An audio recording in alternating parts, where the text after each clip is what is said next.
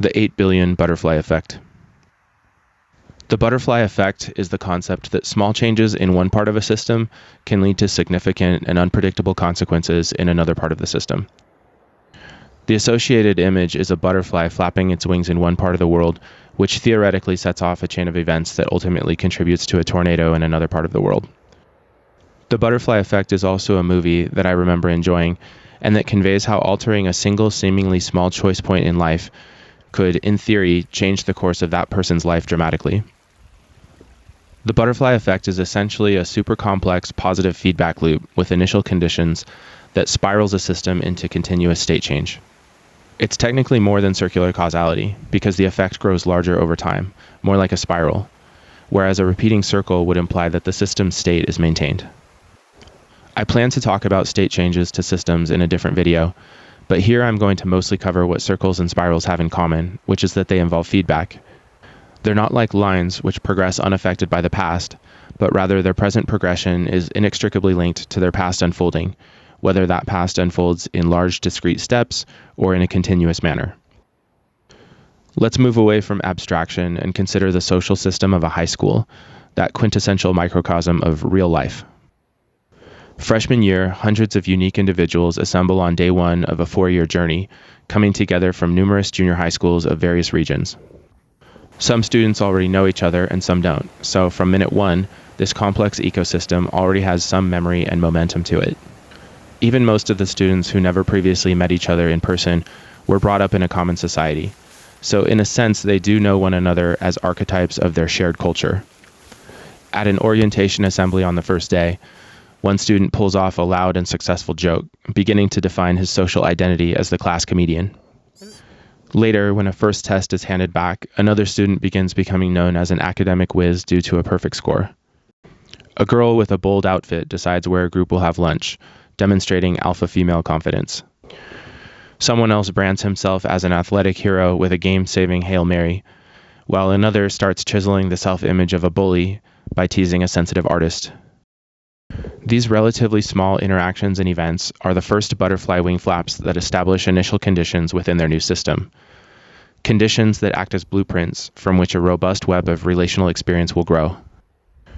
For the rest of their time in high school, these students will elicit expectations from their 1,000 peers, and those expectations will feed back into their efforts to live up to their evolving reputational narratives and carved out social niches.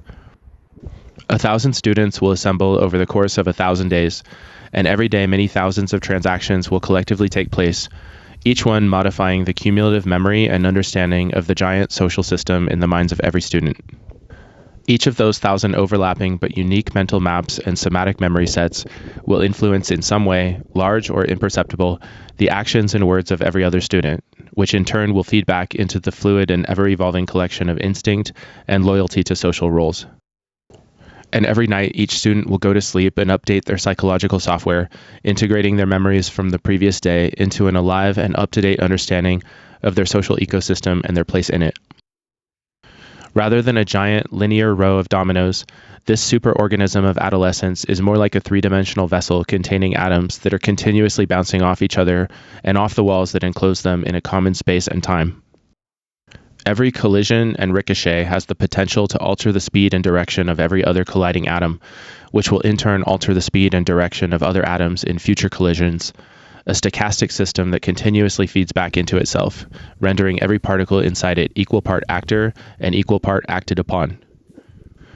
The system of myriad parts probabilistically morphs from one shape to the next, and its form becomes increasingly removed from its initial state, like a constructed building becomes a different entity than the piece of paper on which its blueprints were copied, or an animal's body eventually becomes almost nothing like the zygote it started as.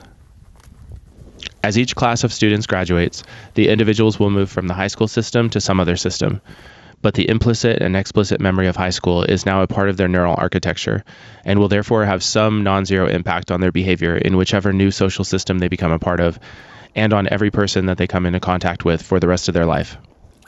The circular causality between the departing graduates and the underclassmen they leave behind ends, like the metaphorical atom collisions, if we were to remove a quarter of the atoms from the vessel. But if we zoom out our sociological window from the high school to the broader world, we can see how the circular causality continues, only this time as the graduates enter universities and businesses and communities and interact with much larger systems and pools of people.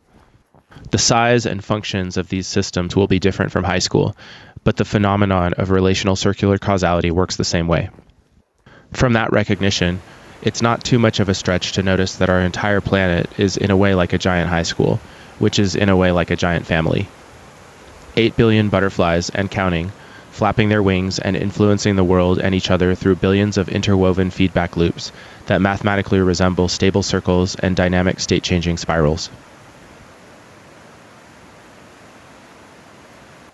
The compound effect of butterfly wings. In 2016, I solo backpacked for 60 days during the summer and was out of cellular data range for days at a time. When I would come to a road or town where I found internet access, I'd check my email and the news and be struck each time by how little seemed to have happened that affected my life, and how my life seemed to have no effect on what did happen in the world. Being a US presidential election year, a lot of emotions and contention were happening somewhere that felt distant and unrelated to me. The news cycle churned on without me and seemed to always return to the same point when I checked my phone. It seemed a lot of feels had been felt by a lot of people, but my car and apartment were still waiting for me several hundred miles ahead, or at least that seemed likely from the headlines. The happenings that were happening out there felt separate from what I was doing. I felt like one of the squirrels or ants that I encountered every day, just going about its business, carrying nuts or grains of sand in some tiny corner of a valley, unaware of and unconcerned with the ways that I interfaced with the real world. But when I returned to work in the fall, coworkers remarked about how I seemed different after my thru-hike retreat. Lighter, funnier, and more present. And I felt those things too. The circular causality between the fruits of my spiritual labor and my little work subsystem of society became more apparent. The 2 or 3 million steps I took in solitude, over rocky passes and through forested rolling hills, did have some impact after all. Those million breaths and thousands of beautiful scenes that entered my retinas helped to rewire and recalibrate my nervous system that much more, such that my way of being with others and with life had changed just a little bit for the better. Every encounter I'd have with people was slightly more likely to be mutually beneficial and enriching. The experiences that I had and that my coworkers and clients had with me were a shade better than they would have been without my 2-month wilderness adventure. What ripple effects did each of those interactions, or the cumulative sum of those interactions, have on the world? How did the higher energy I was able to give people affect the way that they responded to me and to others later? It's impossible to know the answers to such questions about how a single input like one guy's thru-hike impacts a system as infinitely complex as a planet comprised of 100,000 interrelated societies. The counterfactual guesses exist only in the imagination. The countless micro-exchanges that aggregate and compound into a giant collective superorganism are all trivial on their own, like the wing flaps of a single butterfly are trivial compared to the planetary weather system. But it stands to reason and faith that circular causality is at play every time we play a role somewhere in the world. Circular causality is ubiquitous. Even with simple and brief interactions, with no prior experience between parties, circular causality begins to form the moment that behavior is expressed. To see this, imagine a social experiment in which strangers smile and wave at other strangers. Those being waved at will generally orient attention toward the wavers, but some will ignore it, some might smile and wave back, some might scowl, some might not notice, and some might look behind themselves confused. Some of that variation in response will not be personal, and will result from the personalities, moods, and contexts of those being waved at. But another part of the variation will result from the different moods, appearances, and energy of those waving. And the responses that the wavers receive will feed back into their mood and motivation, influencing their next greeting somewhat. So even with no prior experience, people create dynamic causal circles of mutual influence right away, like whirlpools in a river as water flows around unique rock structures.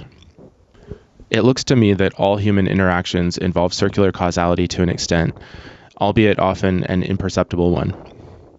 Even as a lone audience member in a theater, Your degree of applause or lack thereof will subtly impact the performers on stage as they subconsciously feel the energy of the collective audience in the darkened rows in front of them.